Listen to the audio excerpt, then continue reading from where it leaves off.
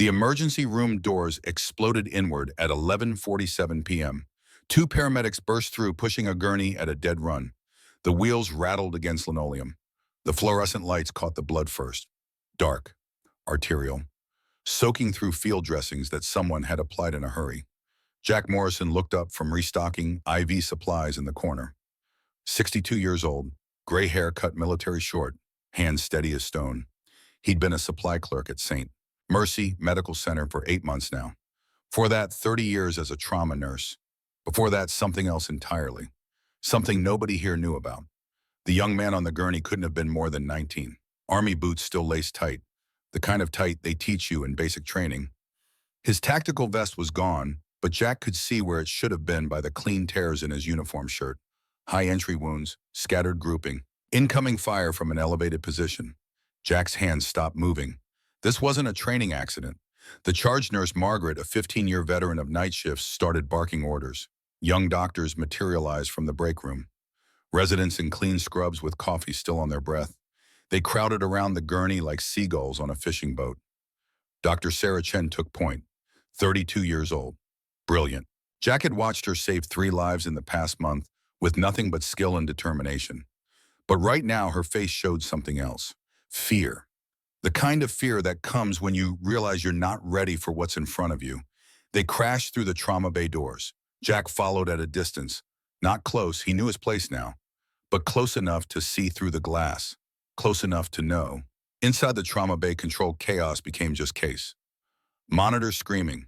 Nurses cutting away clothing. Dr. Chen's voice rising above the noise, trying to sound certain, sounding young instead. Central line kit. I need a central line kit. Someone get me the rapid transfuser. The kid's vitals told a story on the monitors. Blood pressure dropping like a stone into deep water. Oxygen saturation falling. Heart rate climbing as the muscle tried to pump what wasn't there anymore. A second-year resident fumbled with a blood bag. Dropped it. The plastic hit the floor with a wet slap that echoed in the sudden silence. Dr. Chen reached for intubation equipment. Her hands shook. Just slightly. Just enough. Someone call the attending. I'm not trained for this level of trauma. I need someone who... The flat line hit like a gunshot. That sound Jack had heard in 3 different wars across 4 different continents. The sound that meant a heart had given up. The second-year resident started compressions. Too fast. Too shallow. Bouncing the patient instead of compressing the heart. Jack could see it from where he stood. Wrong rhythm, wrong depth, wrong everything. The kid was 19 years old and he was dying because nobody in that room knew what they were doing. Jack's eyes closed. In the darkness behind his eyelids, the fluorescent hum became helicopter rotors. The monitor alarms became automatic weapons fire. The smell of antiseptic became burning diesel and jungle rot and blood in tropical heat. Shao Valley, 1969. 3 wounded rangers and a radio full of shrapnel. Medevac 10 minutes out. Miller dying in 5 unless Jack did something right now. His eyes opened. Different man standing there. Jack walked forward, not fast, not slow. Inevitable as sunrise. Dr. Chen didn't see him until he was beside her. Sir, you need to... Step aside, doctor. His voice was quiet, almost conversational, but it carried weight that made every person in that room stop moving. Dr. Chen blinked. Who are that? Step aside, Oberson. Jack looked at the second-year resident still doing compressions wrong. You're bouncing him, not compressing. Move. The resident's hands froze. He looked at Dr. Chen.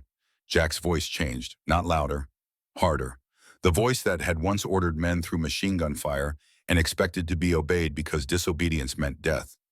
I said move.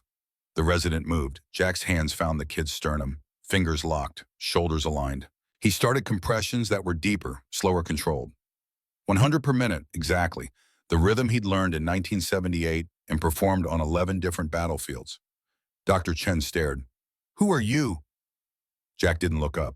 Doesn't matter. What matters is this soldier walked into an ambush and you're about to let him die. The room went silent except for the rhythmic thump of Jack's hands. A young nurse whispered, how does he know it was an ambush? Jack's voice stayed level. Wound pattern, high entry, scattered grouping. Incoming fire from elevated position. He's missing his plate carrier. This wasn't training. Someone tried to kill him. Dr. Chen looked at the wounds like she was seeing them for the first time. Jack kept compressing. 30, 31, 32. Tension pneumothorax, right side. Look at his trachea. Deviated. Neck veins distended. Right chest isn't moving. That's why his oxygen won't come up. I wasn't sure if, I'm sure, 14-gauge angiocath, second intercostal space. Now, Dr. Chen's hands shook as she grabbed the needle. Jack took it without breaking rhythm. Counted to 30. Stopped. His fingers found the space between ribs by touch alone. No hesitation. He'd done this in the dark, in the rain, in a helicopter, taking fire. The needle went in, air hissed out. High pressure, urgent. The sound of a drowning man getting his first real breath. The monitors changed their song. Blood pressure climbing, oxygen rising, heart rate steadying. The kid gasped. Jack pulled the needle, capped it, dropped it in the sharps container, stripped off his gloves and walked back toward his supply cart. Just like that. The trauma base stayed frozen for 3 full seconds. Then everybody moved at once, stabilizing what Jack had already saved. Dr. Chen turned to thank him, but he was already gone. She saw him through the glass, pushing his cart down the hallway, limping slightly, same steady pace as before. Margaret appeared at her elbow. That's Jack Morrison, supply clerk, night shift. Been here 8 months. Who is he really? Margaret shook her head. Nobody knows. He used to be something else. Something that doesn't fit on a resume. Through the glass, Jack disappeared around the corner, the squeak of his cart wheels fading. On the gurney, the kid took another breath. Still alive. The break room was empty at 12:30 a.m. Jack sat at the corner table with coffee that had been on the burner for 6 hours.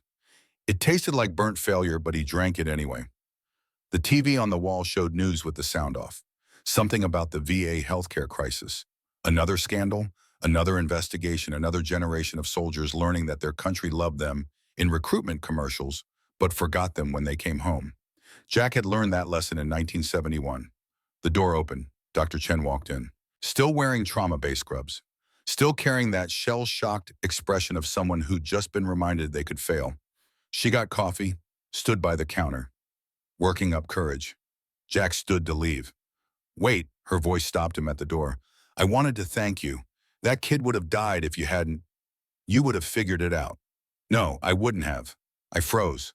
I panicked. She set her cup down hard. Where did you learn that? Jack looked at her, really looked. Young enough to be his daughter. Smart enough that she'd probably never failed before tonight. Honest enough to admit when she was out of her depth. Good qualities. Long time ago, doesn't matter now. It matters to that soldier upstairs. Dr. Chen. His voice was gentle, but it stopped her. Kids breathing. That's all that counts. He walked out before she could ask anything else. The hallway stretched empty and fluorescent. The squeak of his cart wheels was a metronome counting down to nothing. His phone buzzed, unknown number. He almost didn't answer. Almost. But something made him. Morrison. The voice on the other end was military, official, the kind of authority that didn't waste time. Staff Sergeant Jack Morrison, Colonel Raymond Hayes, Joint Special Operations Command. Do you have a moment? Jack stopped walking. His cart rolled 2 more feet on momentum. 35 years since anyone called him Staff Sergeant. 35 years since he'd been anything but a civilian, trying to forget what his hands knew. I'm retired, sir. I'm aware, honorably discharged 1989. Nursing school, civilian trauma for 30 years. Mandatory retirement at 60. Now part-time supply clerk at St. Mercy. Hayes paused. Should I go on? Jack's jaw tightened. What do you want? The soldier you just saved, Private Tommy Reed, 19 years old. Ranger qualified. His unit got sent stateside for a classified operation. Another pause. That operation went very wrong. Changed coordinates. Wrong LZ. Someone with inside access burned them. Jack closed his eyes. How many? 3 dead, 4 wounded. Reed was the only one conscious during extraction. And now someone is trying to make sure he doesn't stay conscious. Explain. 30 minutes ago, someone entered Reed's hospital room. Security footage shows Scrub's face hidden medical knowledge. They accessed his IV port, injected something. Nurse walked in, they fled. We found the syringe. Succinylcholine, untraceable if it works. Paralysis, respiratory failure, death. Jack's hand tightened on the phone. Professional. Very. Military training, inside knowledge of hospital layout, medical protocol, Reed's exact location.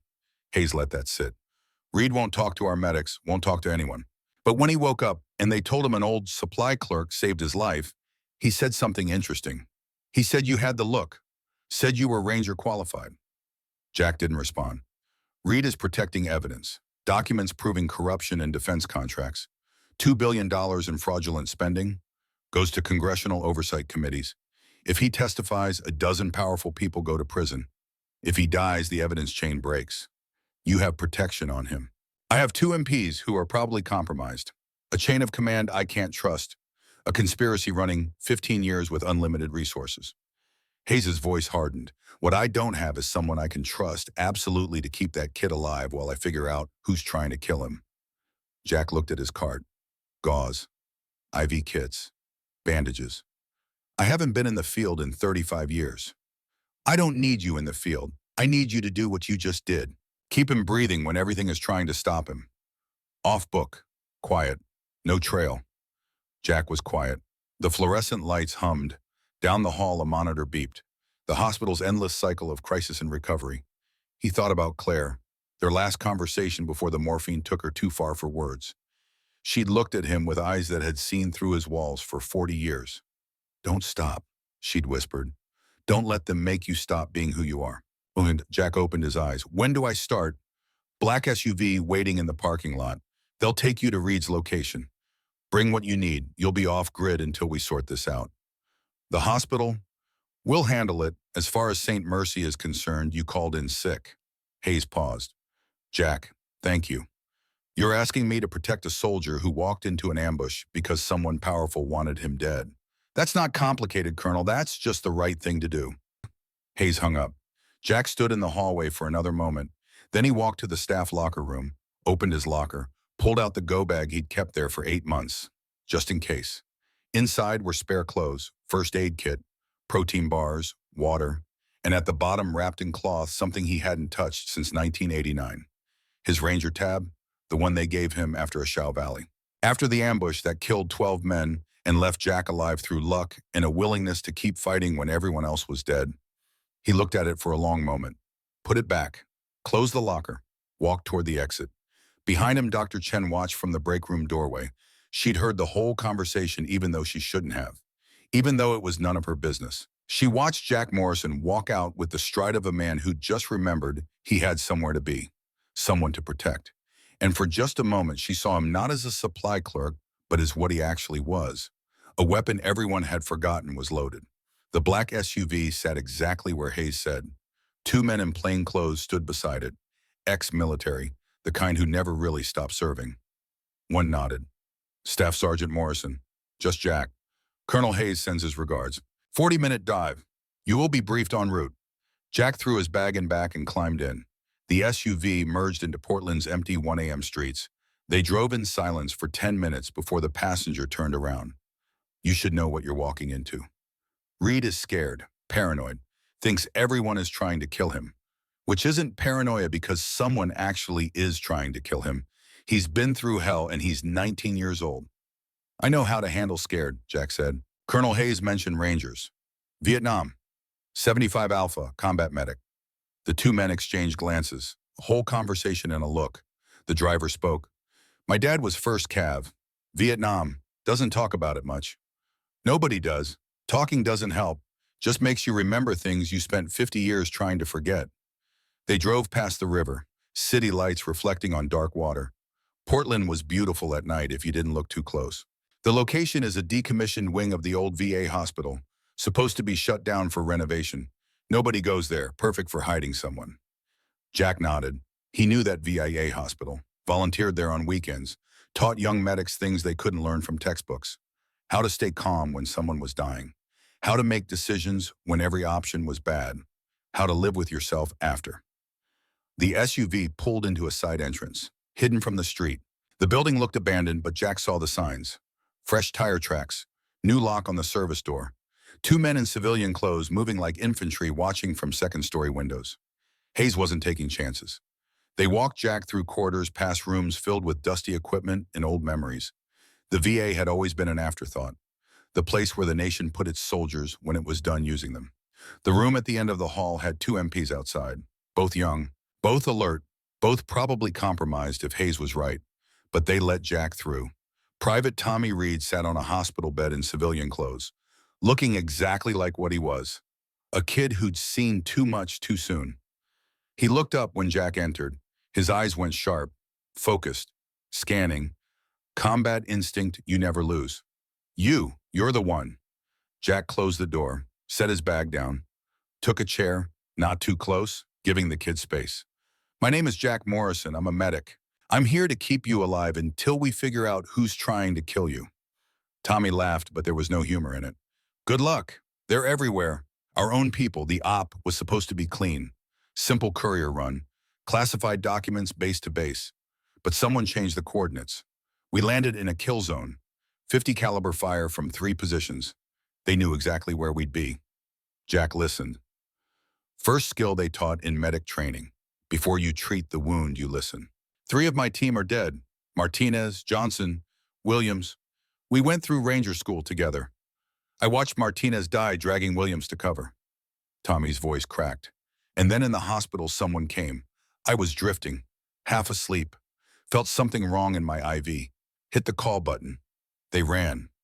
Succinylcholine, Jack said quietly. Tommy nodded. Whoever it was had medical training. Knew exactly where to inject, exactly how much. If I'd been fully asleep, I'd be dead and nobody would know why. Jack stood, walked to Tommy's bedside. Let me check your wounds. He pulled back the dressing on Tommy's shoulder, examined the entry wound, palpated for foreign bodies.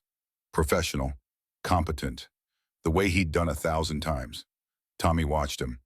You're not just a supply clerk. No. Rangers, Jack nodded once. When? Long time ago. Different war, same shit. Tommy was quiet. Then, do you believe me that our own people are trying to kill me? Jack met his eyes. Son, I once watched a lieutenant call in artillery on his own men because someone paid him to. So yeah, I believe you. Something in Tommy's face cracked. Not weakness, relief. I'm scared. I'm 19 years old and I'm scared. Jack sat back down. Good. Fear keeps you alert. Fear keeps you alive. Only the stupid aren't scared. Were you scared in Vietnam? Jack was quiet for a long time. Outside, Portland slept. Finally, he spoke. Every single day, from the moment I landed to the moment I left. But being scared doesn't mean you stop. Doesn't mean you quit. Means you do the job anyway. Jack leaned forward. Right now, your job is to stay alive, to testify, to make sure Martinez and Johnson and Williams didn't die for nothing. Think you can do that? Tommy's jaw set. Young, stubborn determination. Yeah, I can do that. Then we understand each other. Jack stood, started unpacking his bag. Medical supplies, bandages, pain medication. And at the bottom, wrapped in cloth, a Beretta M9 he'd kept cleaned and oiled for 35 years, despite never planning to use it again. He set it on the table between them. Tommy stared. I thought you were a medic. I am, but in Vietnam, we learned quick that you can't save somebody if you're dead. So we learned to shoot too. Jack looked at the gun like it was a snake. Haven't touched this in decades. Hoped I never would again. But you brought it. Yeah. Why, Jack looked at Tommy, 19 years old, scared, alone, marked for death. Because I already buried too many soldiers I couldn't save. I'm not burying another one. Outside, Portland kept sleeping. Inside, an old medic and a young ranger sat in silence that only exists between people who've seen the same darkness. Somewhere in the shadows, someone was planning their next move. But that was tomorrow's problem. Tonight, Tommy Reed was alive, and Jack Morrison remembered what it felt like to have a mission. Dawn broke over Portland like a wound. Red lights seeping through the gaps in the boarded windows of the old VA hospital wing. Jack Morrison hadn't slept. He'd spent the night in a chair by the door, the Beretta within reach, watching Tommy Reed breathe in the steady rhythm of exhausted youth. At 600 hours, Jack's phone buzzed. Colonel Hayes. Morrison, status? Reed is stable, physically. Mentally, he's holding together, but the cracks are showing. Good. Listen, we've got movement. Someone accessed the hospital record system at 0430 this morning. Tried to pull Reed's transfer location. RIT caught it, but they were using a DoD IP address. Military access. Jack's jaw tightened. Inside job confirmed. Gets worse. The attempt came from inside St. Mercy Medical Center. Someone on staff. Someone with medical credentials and military clearance. Hayes paused. We're running it down, but it's going to take time. Meanwhile, Reed stays where he is. You stay with him. Understood. Jack, whoever this is, they're not some hired contractor. They're trained, they're embedded, and they're getting desperate. Hayes's voice dropped. Watch your six. The line went dead. Tommy stirred on the bed, his eyes opened instantly alert. That combat reflex where you wake up ready to fight. What's wrong? Someone tried to find you, electronically. From inside the hospital where I work. Tommy sat up too fast, winced. His shoulder wound, reminding him it was still there. They know where I am. No, the attempt was blocked, but it tells us something. What? Jack walked to the window, checked the street below. Empty. For now. Tells us they're scared. Scared people make mistakes, and scared people with power are the most dangerous kind. Tommy swung his legs off the bed, stood on shaky legs. We should move. If they're looking, they'll find us eventually. Not yet. Hayes has this place locked down, 2 exits both covered, sniper overwatch on the building across the street. We move now, we're exposed. Jack turned from the window. Right now, our job is to let them make the next mistake. That's easy for you to say. You're not the one they're trying to kill. Jack's eyes went hard. Some people have been trying to kill me since before you were born. The trick is making them regret trying. Tommy stared at him, really seeing him for the first time. Not a supply clerk, not even just a medic, something else entirely. What did you do in Vietnam? Jack was quiet for a long moment. Outside, Portland woke up. Traffic sounds, normal people going to normal jobs, living normal lives where nobody tried to poison their IV. I kept people alive, Jack finally once said, in places where everything was trying to kill them. And when keeping them alive meant stopping the things trying to kill them, I did that too. How many? How many what? How many people did you kill? Jack looked at Tommy, 19 years old and already asking the questions that would haunt him for the next 50 years. Enough that I stopped counting, not enough that it made a difference. Jack walked to his bag, pulled out protein bars and water bottles, tossed them to Tommy. Eat, you need calories. Healing burns energy. Tommy caught them but didn't open them. Does it get easier, the nightmares, the guilt? No. Then how do you live with it? Jack sat down heavily in the chair, his left leg aching where the shrapnel still lived under the skin. You don't live with it, you live around it. You find reasons to keep getting up. You find people who need you. You do the work in front of you and try not to think too hard about the work behind you. And when there's no work left, Jack looked at him, then you find some, because the alternative is sitting still with your memories, and that's how you eat a bullet. The words hung in the air between them, truth too raw for morning light.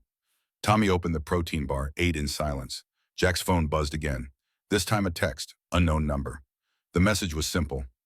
Check the medication cabinet, 3rd shelf behind the bandages. Jack stood, walked to the supply cabinet in the corner of the room. Old VI hospital stock. Most of it expired, but still there. 3rd shelf, behind the bandages. He moved them aside, found a small plastic bag. Inside was a hospital ID badge. St. Mercy Medical Center. The photo showed a man in his 50s. Distinguished. White coat. Stethoscope around his neck. Dr. Victor Stone, Chief of Emergency Medicine. Jack stared at the badge, his blood running cold.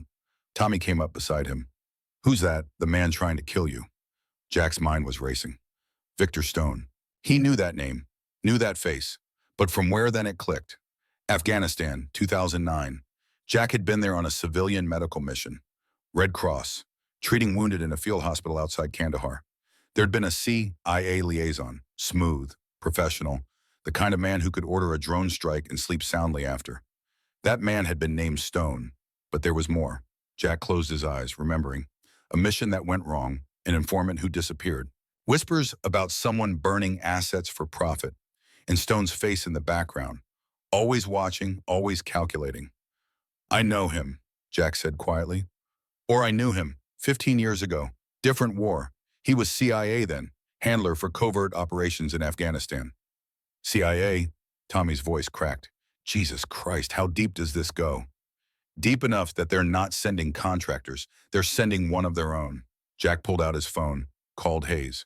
Colonel, the insider at St. Mercy. His name is Victor Stone, Chief of Emergency Medicine, but that's not what he really is. Hayes was silent for 3 seconds. How do you know that name?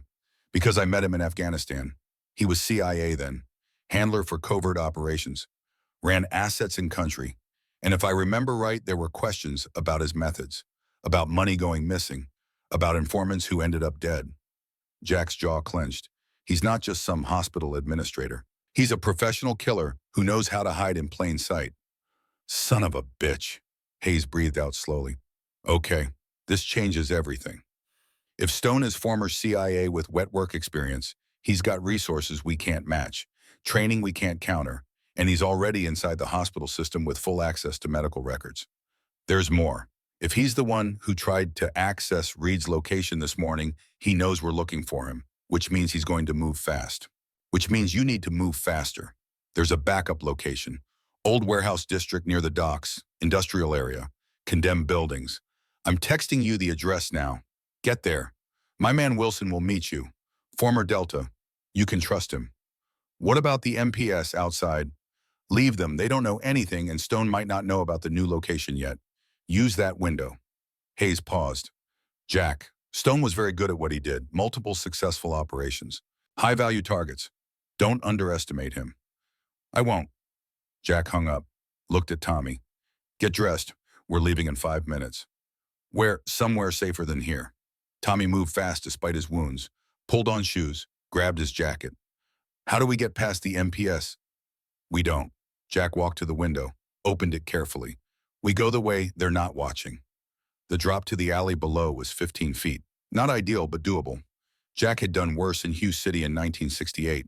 Jack went first. His legs screamed when he hit the ground, but he rolled with it. Absorbed the impact the way they'd taught him in airborne school a lifetime ago. Came up scanning for threats.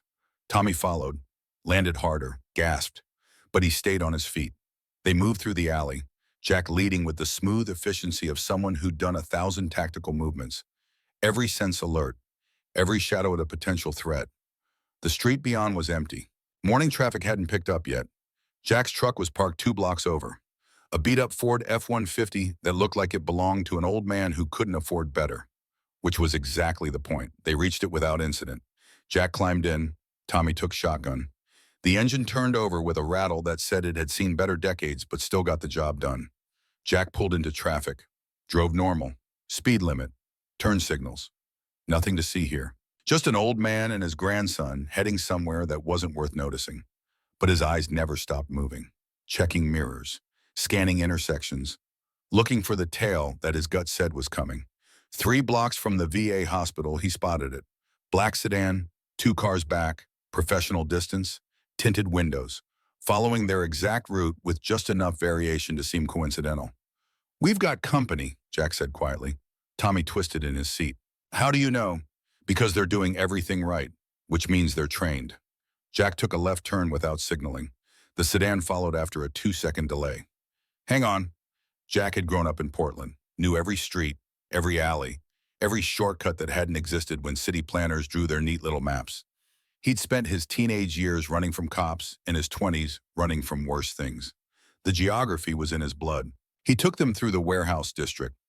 Narrow streets, tight corners, places where a big sedan couldn't follow without revealing itself. The tail stayed back. Patient, professional, waiting, smart. Jack smiled. No humor in it, just the cold calculation of a man who'd played this game in Saigon and Fallujah and knew every variation. He pulled into a loading dock, hidden from the street, killed the engine. They sat in silence, waiting. The sedan cruised past, slow, searching. Jack watched in the side mirror, got a glimpse of the driver through the windshield. White male, 50s, salt and pepper hair. Expensive sunglasses even though the sun was barely up. The kind of control that came from years of operating in hostile territory.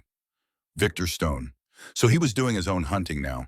That was either very confident or very desperate. Jack suspected both. He waited until the sedan turned the corner, counted to 30, then started the engine, pulled out, went the opposite direction. The warehouse Hayes specified was 30 minutes across town. Jack took 45, doubling back, changing routes, using every counter-surveillance technique he'd learned in 3 wars and never forgotten. By the time they arrived, he was reasonably certain they were clean. The warehouse sat on the water, old shipping facility from when Portland's docks actually shipped things. Now it was just rust and seagulls and the smell of industrial decay. A man waited by the loading bay door, civilian clothes but military posture, 40 years old maybe, fit, alert, the kind of calm that came from seeing combat and surviving. He nodded when he saw Jack's truck. Morrison. Yeah. Wilson, Colonel Hayes sent me. I'll be your security while you're here. He looked at Tommy. Private Reed, good to see you alive, son. They followed Wilson inside. The warehouse was mostly empty. Concrete floor, high ceilings. Windows so grimy they barely let in light. But in the back corner, someone had set up a makeshift living space. Cots, supplies, a portable generator humming in the corner. Not pretty, but it's secure, Wilson said. Building's been condemned for 5 years. Nobody comes here, nobody watches it, and it's got 3 exits if things go south. Jack walked the perimeter, checking sight lines, evaluating defensibility, old habits that never died. How many people know we're here? Just me and Hayes, nobody else in the chain. Not even the MPs at the VA know where you went. Wilson pulled out a laptop. Colonel wants a video call in 10 minutes. Said you'd want to see what they found. Jack nodded, helped Tommy get settled on one of the cots. The kid's face was gray, pain breaking through the adrenaline. When did you last take your meds? This morning at the VA. That was 6 hours ago. Jack dug through his bag, found the prescription bottle. Take 2. Don't be a hero. Pain slows your thinking, and slow thinking gets you killed. Tommy swallowed the pills dry. You sound like my drill sergeant. Your drill sergeant was right. Wilson's laptop chimed. He turned it toward Jack. The screen showed Colonel Hayes in what looked like a secure operations center. Multiple monitors behind him. People moving with purpose. Jack, good, you made it. Stone was tailing us. Lost him in the warehouse district, but he's hunting. Hayes' face hardened. We need to talk about Stone. We ran his full file. What we found is worse than we thought. I'm listening. Victor Stone, age 58, CIA for 23 years, specialized in wet work, assassinations, regime change, covert operations, the kind that don't officially exist. Hayes leaned forward. He left the agency 5 years ago, officially. But we found something interesting in his financial records. Wire transfers, offshore accounts, $12 million from shell companies with ties to the same defense contractors that Reed's evidence implicates. Jack's jaw tightened. So he didn't leave. He just changed employers. Exactly. Now he's a highly trained operative working for the people who have the most to lose if Reed testifies. And Jack, this man's file. 14 confirmed kills across 7 countries. Survived operations that would break normal people. Speaks 5 languages. Expert in close quarters, combat long-range assassination chemical weapons, and tactical medicine. Tactical medicine, Jack repeated. So he knows how to kill someone and make it look natural. Medical knowledge combined with operational training. Which is why the succinylcholine in Reed's IV was his MO, clean, untraceable. Looks like complications from injuries. Hayes pulled up a photo, security footage. We pulled this from St. Mercy, the night Reed was brought in. That's Stone, standing in the background of the trauma bay. Watching. Jack stared at the image. Stone in a white coat, stethoscope, looking every bit the concerned physician.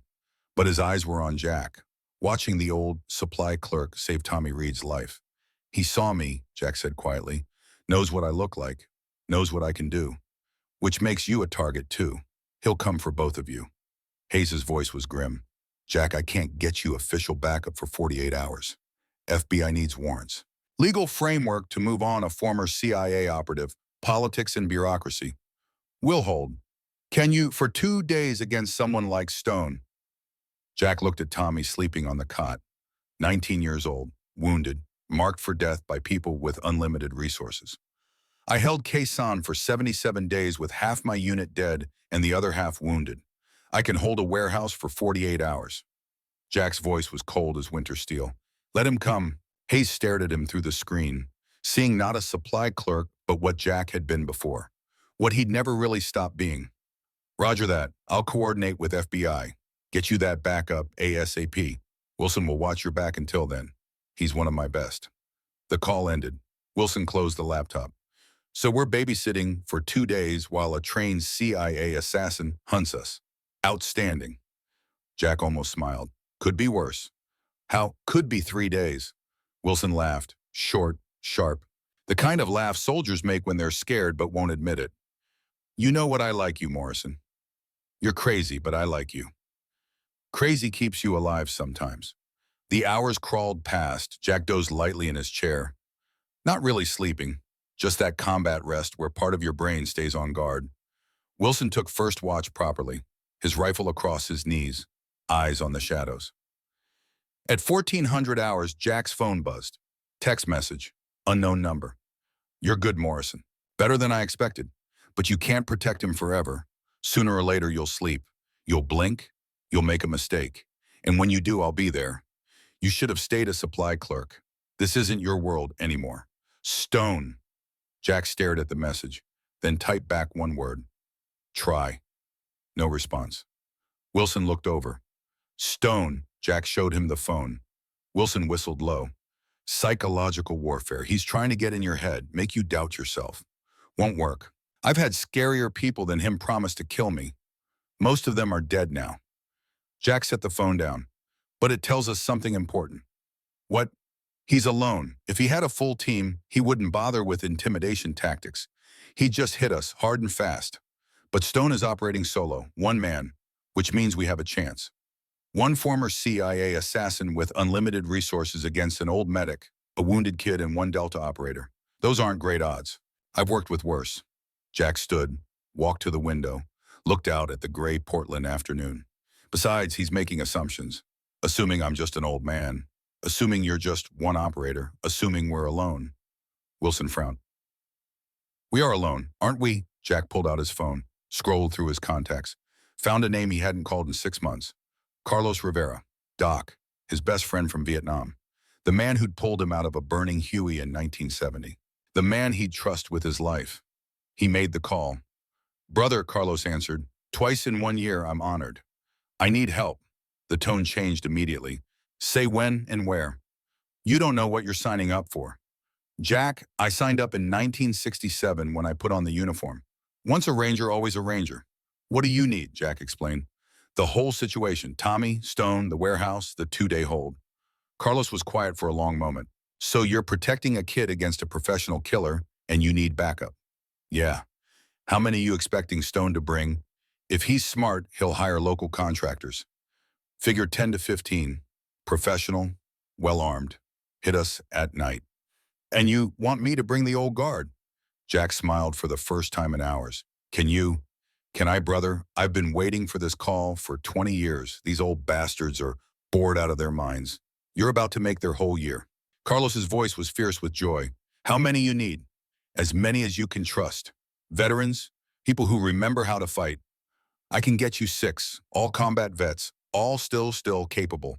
Oldest is 73, but he can still shoot, and he's mean as hell. That'll work. Can you be here by nightfall? We'll be there about 1800. And Jack, thank you for this, for letting us matter again. You always mattered, Carlos. Yeah, but the world forgot. This reminds them. The call ended. Wilson stared at Jack. Did you just call in a bunch of old men to fight professional killers? I called in rangers. Age is just a number. Skill is forever. You're absolutely insane. Probably, but we're about to even the odds. They arrived at 1745 hours. 6 men in civilian clothes, ages ranging from 60 to 73. Gray hair, weathered faces, scars visible on forearms and hands. They moved with the careful economy of people whose bodies hurt, but whose spirits refused to quit. Carlos led them, 58 years old, built like a boxer gone to seed but still dangerous. He grinned when he saw Jack. Brother. They embraced, hard, the kind of hug that said everything words couldn't. Thanks for coming. Wouldn't miss it. Carlos turned to the others. Gentlemen, meet Jack Morrison, best combat medic I ever served with. Saved my life in Hugh City. Saved it again in Khe Sanh. I'd follow this man into hell. The introductions went fast, military style, name rank unit. Mike Chen, Gunnery Sergeant Marines, Vietnam Gulf War, 68 years old and I can still shoot. Thomas McKinley, Specialist Army, Vietnam, 71. My knees are shot, but my eyes are fine. James Peterson, Corporal Marines, Vietnam, 73. Wheelchair bound, but I brought my shotgun. David Walsh, Sergeant Army, Desert Storm, 65. Still running 3 miles a day. Robert Kim, Staff Sergeant Air Force, Vietnam Gulf War, 69. Explosives expert. Jack looked at them, 6 old men, beat up by time and war, Most people would see them and think they were harmless, obsolete, past their prime. Those people would be wrong. Thank you all for coming. I won't lie to you. This is dangerous. We're protecting a federal witness against professionals. They will come hard, and they will not expect us. Nee, Mike Chen smiled. Good. Been too long since I had a real fight. What's the tactical situation? Thomas asked. All business. Jack walked them through it. The warehouse layout, the 3 exits, the likely approach vectors, the timeline, Stone's capabilities. Robert Kim studied the building. I can rig the east entrance, Claymore style. Won't kill, but it'll slow them down and let us know they're coming. Do it, but make it non-lethal if possible. We're defending, not executing. Understood. Wilson appeared with a duffel bag. Colonel Hayes sent some equipment. Nothing fancy, but it'll help. He pulled out tactical vests, communications gear, night vision, and 6 AR-15 with ammunition. James looked at the rifle, then at his wheelchair. I'll take the shotgun and position me by the north entrance. Anyone comes through that door, they'll regret it. David nodded. I'll take overwatch on the 2nd floor. My eyes are still good for distance. They spent the next 2 hours turning the warehouse into a fortress. Not high-tech, old school, overlapping fields of fire, choke points, fallback positions, the kind of defense that Ranger School taught and combat perfected. Tommy watched from his cot. Are they really going to fight? They're so old, Jack finished. Yeah, they are. But you know what old means in this context. What experience these men have fought in jungles and deserts. They've survived ambushes and sieges. They've seen things that would break younger men, and they're still here, still ready, still willing to stand between evil and innocence. Jack's voice was quiet but fierce. Don't underestimate them. Stone's people will. That's the advantage. At 2,000 hours, they were ready. 7 old men, 1 wounded kid, 1 active Delta operator, against however many Stone brought. Carlos found Jack on the 2nd floor. Like old times. Yeah, except we're 60 instead of 20. We're slower, but we're smarter, and we're meaner. Carlos checked his rifle. You think he'll really come tonight? If he's smart, he'll wait. Scout us first. Learn our patterns. Hit us when we're tired. Jack looked out at the darkening Portland sky. But Stone isn't just smart.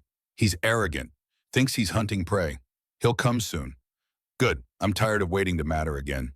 You always mattered. To you, to the guys, but to the world. Carlos shook his head. World decided we were done. Too old, too slow, too obsolete. Tonight we remind them what old warriors look like. At 0200 hours, Robert's tripwire alarm went off. East entrance. Jack's radio crackled. Movement, multiple contacts. I count 12, professional formation. They're trying the east door. Copy, hold position. Let them come to us. The warehouse went dark. They'd killed the generator 30 minutes ago. Now they owned the darkness. Every one of them had fought at night, had learned to see in shadows, had made the dark their friend. The east door breached. Flashbang, smoke, standard entry tactics. Robert's improvised claymore went off, not explosives, ball bearings and compressed air. Non-lethal but devastating in close quarters. Screams, confusion, 3 attackers down, not dead, just hurt and disoriented. The remaining 9 pushed through, professional, not panicking, adapting. But they were entering a killing field designed by men who'd spent 50 years learning how to defend positions against superior numbers. Mike Chen opened fire from the 1st floor, controlled bursts, not spraying, picking targets. 2 more down. David Walsh from the 2nd floor, long-range precision, 1 shot, 1 hit. Center mass, another attacker dropped. The assault team tried to return fire, but they couldn't find targets. The old men were ghosts, shooting and moving, using the terrain, fighting smart instead of hard. James Peterson at the north entrance. 1 attacker tried to flank, came through that door thinking it was clear. The shotgun blast was deafening. The attacker went down. North entrance secured, James said calmly, like he'd done this yesterday instead of 40 years ago. Wilson was moving with Jack, both of them heading to the 2nd floor, looking for Stone because the man was too smart to lead the assault himself. He'd be outside. Commanding. Coordinating. There, Wilson pointed, rooftop across the street, muzzle flash. Stone was providing sniper support, trying to pick off defenders from distance. Jack grabbed the AR-15. Cover me. He moved to the window. Stone fired. The bullet shattered glass 2 feet from Jack's head. Close but not close enough. Jack returned fire. Not at Stone, at the rooftop access door behind him, cutting off his escape route. Stone adjusted, fired again, this time at Wilson. Wilson dropped, hit in the shoulder, not fatal but bleeding. Jack kept firing, suppressive, keeping Stone's head down. Below, the firefight was ending. The assault team was down to 4 attackers, all of them wounded, all of them realizing they'd walked into a trap. Carlos's voice on the radio. They're retreating, east entrance, 4 mobile, 4 down and wounded. Let them go, secure the wounded. We need them for interrogation. Jack turned back to the rooftop. Stone was gone. Escaped while Jack was focused on Wilson. He ran to Wilson, applied pressure to the shoulder wound. Combat medicine, automatic as breathing. How bad? Clean through, missed the bone, I'll live. Wilson grimaced. Where'd you learn to shoot like that? Same place I learned to patch bullet holes. Vietnam. The warehouse was secure. 4 wounded attackers in zip ties. Wilson stabilized and resting. The old guard checking each other for injuries. Some bruises, some strain, but alive. All of them alive. Jack walked the perimeter, checking on each man. Mike Chen was breathing hard but grinning. That was the most alive I've felt in 20 years. Thomas McKinley was sitting against a wall. My knees are screaming, but my soul is singing. James Peterson in his wheelchair. Shotgun across his lap. I got one. At 73 years old, I got one. David Walsh climbed down from his sniper position. 5 shots, 4 hits. Not bad for old eyes. Robert Kim was checking his improvised claymore. Worked perfectly. Maybe I still remember some things. Carlos found Jack. We did it, brother. 7 old men just beat 12 professional contractors. We did, and nobody died. That's the important part. Stone got away. Yeah, but we heard him, took out his team, proved he's not invincible. Jack looked at his friend. Thank you. For coming, for bringing them, for proving that old doesn't mean useless. We proved it to ourselves, too. That's worth more than you know. The FBI arrived at 0600 hours. Agent Reeves with a full tactical team. They secured the scene, arrested the wounded contractors, started the interrogation process. She found Jack sitting on a crate, exhausted, his leg killing him, but satisfied. Morrison, I have to say, when Colonel Hayes told me you'd held off an assault with a bunch of old veterans, I didn't believe him. Now I do.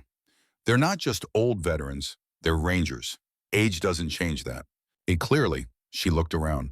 One of the contractors is talking. Says Stone hired them 12 hours ago, promised them $50,000 each. Told them it would be easy. 1 old man and a kid. He underestimated us. Apparently, but Morrison Stone is still out there, still hunting. We need to get you and Reed to a federal facility. Real security this time. Jack nodded. Agreed. But the old guard comes too. They've earned protection. I can arrange that. Tommy appeared. Looking at Jack with something like awe. You did it? You actually did it. We did it, all of us together. Jack stood slowly, his body protesting every movement. That's how soldiers survive, not alone, together. Wilson was being loaded into an ambulance. He gave Jack a thumbs up. Hell of a night, Morrison. Hell of a night. Jack watched them load the wounded contractors, watched the FBI process the scene, watched Carlos and the old guard joke with each other like they were 20 again. His phone buzzed. Text from Stone. Well played, but this isn't over. I always finish my contracts. Jack typed back, so do I, and my contract is keeping Reed alive. Come find out what happens when you try to break it. No response. But Jack knew Stone would come again. Men like that didn't give up. They adapted. They evolved. They waited for the right moment. But now Jack had allies, had backup, had proof that he wasn't alone in this fight. And when Stone came again, Jack would be ready. They all would be. Because once a Ranger, always a Ranger. No matter how many years pass, no matter how old you get, some things never change. The will to fight, the refusal to quit, the determination to protect those who can't protect themselves. That was the difference between soldiers and everyone else. Soldiers knew that the fight never really ended. It just found new battlefields. The federal safe house was nothing like the warehouse. 30 miles outside Portland in dense forest, high fences topped with razor wire, guard towers, the kind of security that said the United States government was done taking chances. Inside, it was almost comfortable. More college dorm than prison, individual rooms with beds that didn't creak, a common area with a kitchen, medical facility staffed 24/7. They'd even brought in physical therapy equipment for Tommy and Wilson. The old guard had been given their own wing. 7 men who'd proven they still had value. 7 warriors who'd reminded everyone what experience looked like. Jack stood in the common area 3 days after the warehouse battle, watching Carlos teach a young FBI agent about Vietnam-era tactics. The kid was maybe 25, eager, taking notes like his life depended on it, because maybe it did. The thing you have to understand, Carlos was saying, is that tactics aren't about technology. They're about human psychology, about understanding terrain, about patience. These things don't change just because we have better radios. The young agent nodded. But modern warfare is so different. Drones, satellites, real-time intelligence. And yet soldiers still die in ambushes, still walk into kill zones, still make the same mistakes we made 50 years ago. Carlos smiled. Technology changes. Human nature doesn't. That's what old men like us know. That's what we can teach. Ying, Jack's phone buzzed. Colonel Hayes, Morrison, conference room, 5 minutes.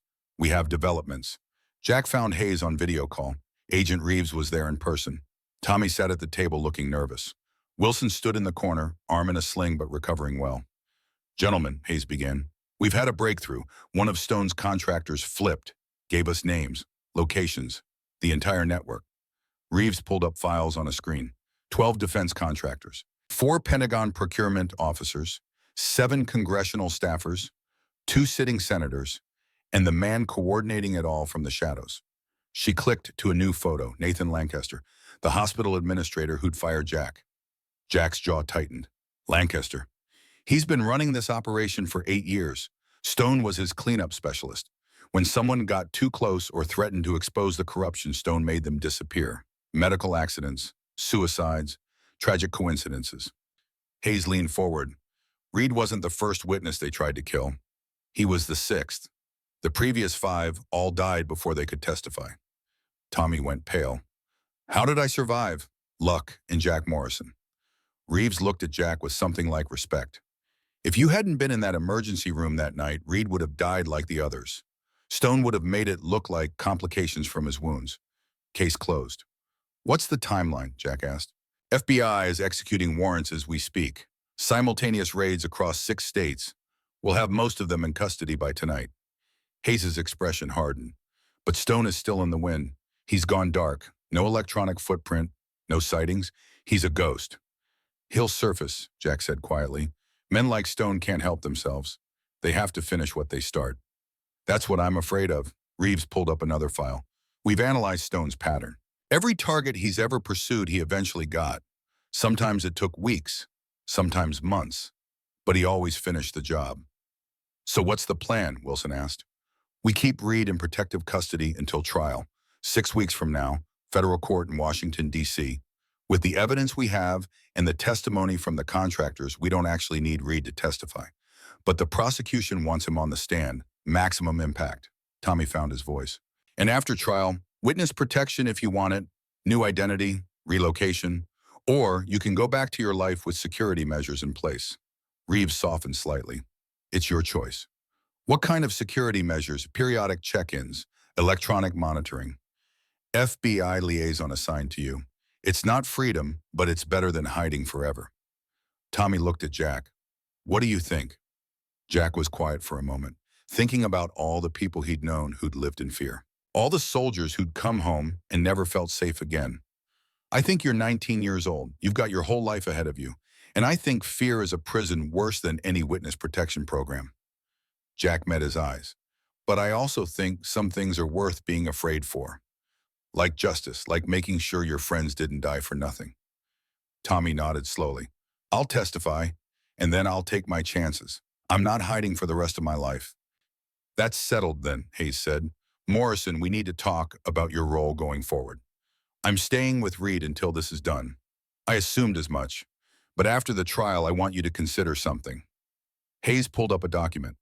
The Combat Medic Excellence Program, a comprehensive training curriculum combining traditional medical education with real-world battlefield experience. I want you to build it, to run it, to teach the next generation what you know. Jack stared at the screen. I'm 62, past mandatory retirement. You're also the best combat medic I've ever seen. And 3 days ago, you commanded a defense that took out 12 professional contractors using 7 men over 60. Hayes smiled. Age is just a number. Competence is forever. What do you say? Jack thought about supply closets, about restocking bandages at 3 a.m., about feeling obsolete and forgotten, about Claire's last words. Don't stop being who you are. I'll do it, on one condition. Name it. Carlos Rivera and his team, the old guard, they're part of it, guest instructors, teaching the things that only experience can teach. Hayes didn't hesitate.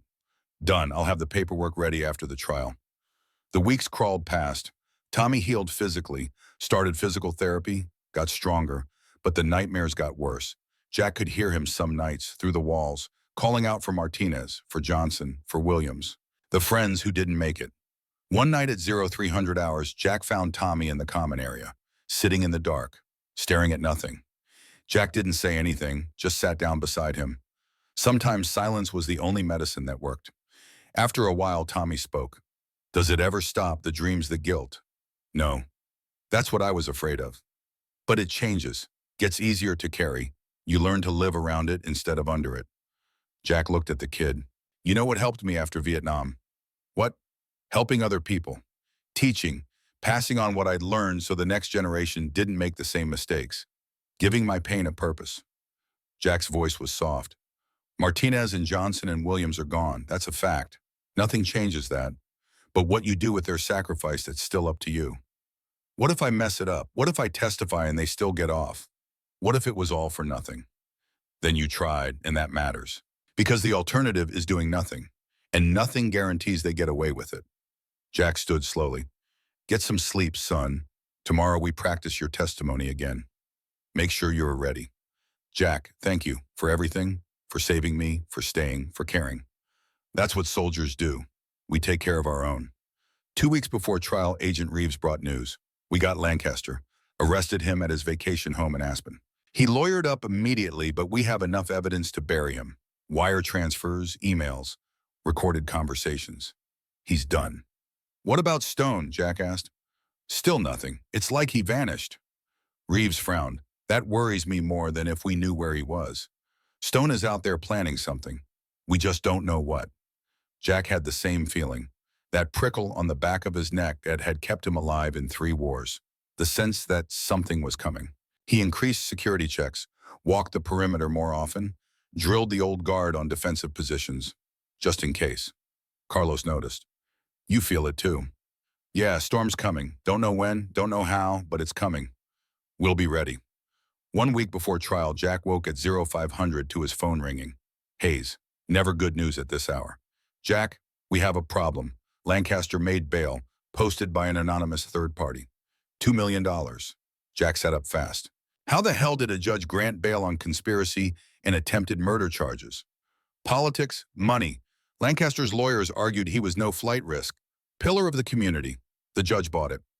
Hayes sounded furious. He's out. Electronic monitoring, but he's out. Lancaster doesn't matter. It's Stone we need to worry about. That's the other problem. Lancaster's lawyer visited him in custody, private meeting, attorney-client privilege. We couldn't record it. But our analyst read the body language. Lancaster was giving instructions. Jack was already getting dressed. He told Stone where we are. We don't know that for certain. I know it. Lancaster is desperate. He's facing life in prison. His only play is to eliminate Reed before trial, and Stone is his last asset. We're moving you right now. FBI is sending a convoy. You'll be relocated to a secure facility in Seattle. ETA 2 hours. Too long. If Stone knows where we are, he's already moving. We need to evacuate now. Jack ran to the common area, hit the alarm. The old guard appeared in seconds. Years of military training meant you woke up fast and ready. What's happening? Carlos already had his rifle. Stone knows our location. We're evacuating. FBI convoy is 2 hours out, but that's too long. We need to move now. Wilson appeared, good arm holding his sidearm. Where? Jack thought fast. The old VA hospital, the original location. Stone already hit it once. He won't expect us to go back. That's insane.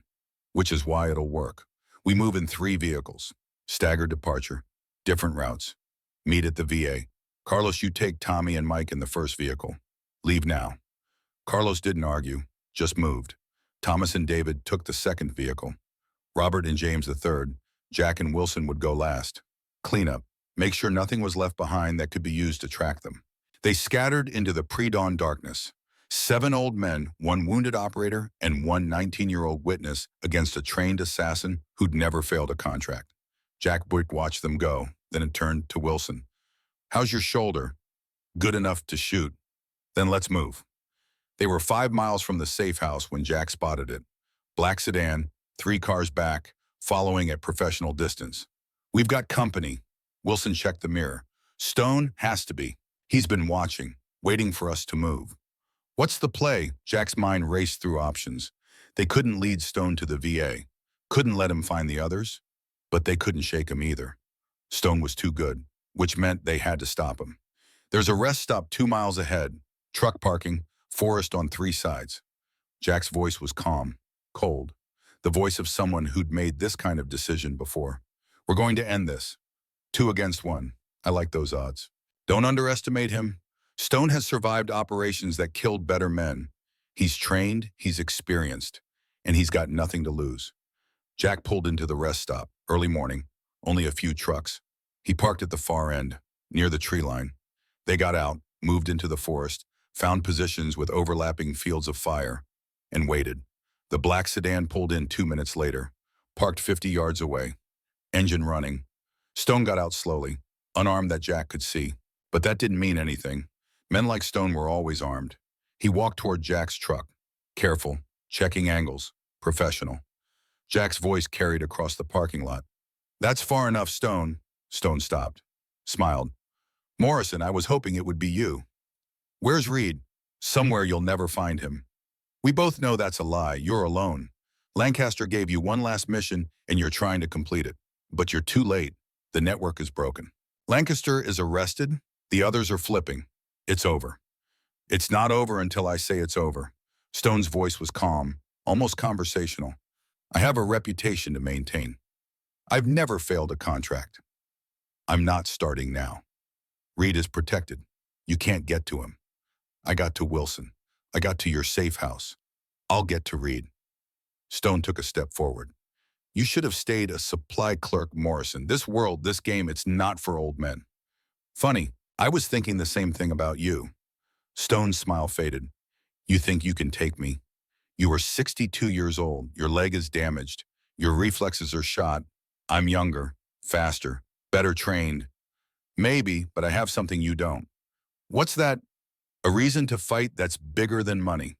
Stone moved first, fast, trained, his hand going for the gun hidden at his waist. But Jack had been expecting it, had fought men like Stone before, had learned that the fastest draw didn't always win. Sometimes the smartest shot did. Jack fired from concealment. 3 rounds, center mass. Stone staggered, dropped to one knee, but he got his gun out. Returned fire. Wilson flanked right, took his shot, caught Stone in the shoulder. Stone went down, but he wasn't done, rolled behind his car, used it for cover. "You can't win this," Jack called out. "FBI is 5 minutes away. We already called them. You can surrender or you can die. Your choice." "I don't surrender." Stone's voice was tight with pain, but still defiant. "I finished the job." "Then you'll die trying." Stone laughed. Wet, painful. "At least I'll die doing what I'm good at, not pushing a supply cart, not pretending to be something I'm not. I'm a weapon, Morrison. That's all I've ever been. That's all I'll ever be." "You could have been more. Could have used your skills for something that mattered. But you chose money over mission, profit over purpose." Jack's voice was sad. "That's the difference between us, Stone. I'm still a soldier. You're just a mercenary." Sirens in the distance, getting closer. Stone tried to stand, to make one last attempt, but his legs wouldn't hold him. The blood loss was too much. He collapsed against his car, gun still in his hand, but no strength left to raise it. Jack approached carefully. Wilson covering, they kicked the gun away. Checked him for other weapons. Stone looked up at Jack. "You won." "No, I survived. There's a difference." "Is there?" Stone coughed, blood on his lips. "We're both killers, Morrison. We both have bodies behind us. The only difference is you get to call yourself a hero. The difference is I killed to protect people. You killed for money. That matters. Does it? To the people we killed, does it really matter why?" Jack didn't have an answer for that. Because Stone was right. Dead was dead. Motivation didn't change the body count. The FBI arrived. Paramedics. Agent Reeves. They stabilized Stone. He'd lived to stand trial, lived to spend the rest of his life in prison. As they loaded him into the ambulance, Stone looked at Jack one last time. This isn't over. Yes, it is. You're done. Reed lives. The network falls. Justice wins. Justice, Stone laughed. There's no such thing. Just winners and losers. And today you won. Congratulations, Morrison. Enjoy it while it lasts. The ambulance doors closed. Jack stood in that parking lot as the sun came up over Portland. Exhausted, hurting, but victorious. Wilson appeared beside him. You okay? I will be. That was a hell of a thing you did, taking him down. We took him down together. That's how soldiers win, not alone. His phone buzzed. Carlos. Jack, we're at the VA, all secure. Tommy's safe. Where are you? Just finished some business. We're heading to you now. 6 weeks later, Jack stood outside the federal courthouse in Washington, D.C. Tommy was inside giving testimony. 4 hours of questions. 4 hours of exposing the network that had tried to kill him. The old guard was there. All of them. Sitting in the gallery. A show of support. 7 old men who'd proven they still mattered. Carlos stood beside Jack on the courthouse steps. Think the jury will convict? With the evidence Reeves has, Stone's testimony, Lancaster's communications, they'd have to be idiots not to. Stranger things have happened. Not today. Today, justice actually works. The jury deliberated for 8 hours, came back with verdicts on all counts. Lancaster, guilty, conspiracy, fraud, bribery, attempted murder, 35 years. The defense contractors, guilty, sentences ranging from 15 to 25 years. The Pentagon officers, guilty, dishonorably discharged, 10 to 20 years. The congressional staffers, guilty, 8 to 15 years. Stone, guilty on all counts, life without parole for the attempted murders, for the conspiracy, for every crime he'd committed in the name of profit. As they led Lancaster out of the courtroom, he looked at Jack. No words, just hatred. The kind of hatred that came from being beaten by someone you'd underestimated. Jack looked back. No satisfaction, no gloating, just the quiet certainty of a man who'd done his job. Outside, Tommy found Jack. The kid looked different, older. Not just in age, but in bearing. The weight he'd been carrying was lighter now. It's over, Tommy said. It's really over. This part is. Now comes the hard part. What's that? Living. Building a life that honors what you've been through. Making sure Martinez and Johnson and Williams didn't die for nothing. Tommy nodded. Colonel Hayes offered me a position. Inspector General's office. Investigating corruption. Making sure this doesn't happen again. What did you say? I said yes. If you'll teach me, if you'll show me how to be the kind of man who stands up when it matters. Jack put a hand on Tommy's shoulder. You already are that man. You just need to remember it. Agent Reeves appeared. Morrison, the FBI director wants to meet you. Thank you personally for what you did. Not necessary. He insists. Also, there's a ceremony next month. Valor Awards for you and the old guard. For exceptional civilian service in defense of a federal witness. Jack looked at Carlos. The old Marine was trying not to smile. We're not heroes, Agent Reeves. We're just soldiers who did our job. That's what heroes always say. She handed him a card. My direct line. If you ever need anything, FBI owes you a debt. After she left, Carlos laughed. Valor Awards. At our age. Who would have thought? I don't care about awards. I care that we proved something. What's that? That old doesn't mean useless. That experience matters. That we still have value. Jack looked at his friend. The world tried to forget us. We reminded them why that was a mistake. 3 months later, Jack stood in front of a classroom at Fort Bragg. 20 young medics in their early 20s, fresh, eager, certain they knew everything. Jack remembered being that young, that's sure. My name is Jack Morrison. I'm 63 years old. I fought in Vietnam, taught combat medicine for 40 years. And 3 months ago, I took down a CIA assassin while protecting a federal witness. The room was silent. I'm telling you this not to brag, but to establish credentials, because what I'm about to teach you, I learned through blood and sacrifice, through mistakes that cost lives, through victories that saved them. And if you're smart, you'll listen. Because this knowledge could mean the difference between life and death, yours or someone else's. He walked to the front of the room. moved with that slight limp that never went away. Combat medicine isn't about memorizing protocols. It's about making impossible decisions under fire. It's about staying calm when everything is chaos. It's about knowing when to break the rules and when to follow them. He paused. And it's about living with the consequences. Because you won't save everyone, and that will break you if you let it. A hand went up. Young woman, maybe 22. Sir, how do you handle the losses? The people you couldn't save? Jack was quiet for a moment, thinking about all the names he still carried, all the faces that still woke him at night. You honor them, you learn from them, you teach others so they don't make the same mistakes. You give your pain a purpose. His voice was soft. And you keep going because the alternative is quitting. And quitting means the next person dies who didn't have to. The door opened, Carlos walked in. Behind him, Mike Chen, Thomas McKinley, James Peterson in his wheelchair, David Walsh, Robert Kim, the old guard. These men, Jack said, are your guest instructors. Combined, they have over 200 years of combat experience. They've fought in every major conflict since Vietnam. They've saved hundreds of lives. They've made every mistake you can make and learned from all of them. He looked at his students. Modern military focuses on technology, drones, satellites, advanced equipment, and all of that is important. But technology fails. Equipment breaks. When everything goes wrong and you're alone with a dying soldier and no backup, all you have is knowledge and experience and the will to keep fighting. Thomas stepped forward. That's what we're here to teach. Not from a book, from actual combat, real situations, life and death decisions. Over the next 6 months, they built something special. Not just a training program, but a legacy. Young medics learning from old warriors. Technology combined with experience. The best of both worlds. Tommy sat in on every class, taking notes, asking questions, learning not just medicine, but leadership. How to inspire confidence. How to make decisions. How to be someone others trusted when everything went to hell. One evening after class, Tommy found Jack in his office. Small space. Filing cabinets. Photos on the wall of students who'd gone through the program. Some of them were deployed now, saving lives in places Jack would never see. I wanted to thank you, Tommy said, for all of this, for giving me a future when I thought I didn't have one. Jack looked up from the reports he was grading. You gave yourself a future. I just kept you alive long enough to claim it. It's more than that. You showed me what service really means. Not just following orders, but protecting people who need protection. Teaching what you know, building something that lasts.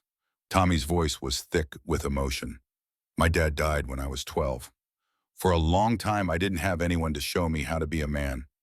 But you did, and I wanted you to know that mattered. Jack felt something crack in his chest, the same place that had been frozen since Claire died, the same place that had convinced him he was done mattering. Come here, son. Tommy came around the desk. Jack stood, hugged him properly. Father and son in everything but blood. You're going to do great things, Jack said quietly. You're going to make the Army better. You're going to protect people who can't protect themselves. And when you're my age, you're going to look back and know your life meant something. Because of you. No, because of who you are. I just helped you remember. They stood there in that small office, two soldiers from different generations, bound by shared trauma and shared purpose, and the simple fact that when the world needed someone to stand up, they both did. Eventually, Tommy left. Jack sat back down at his desk, looked at the photos on his wall. His phone buzzed. Text from an unknown number. A photo. The old guard. 7 men standing in front of the VA hospital in Portland, the same hospital where they'd made their stand, where they'd proven that age was just a number and experience was forever.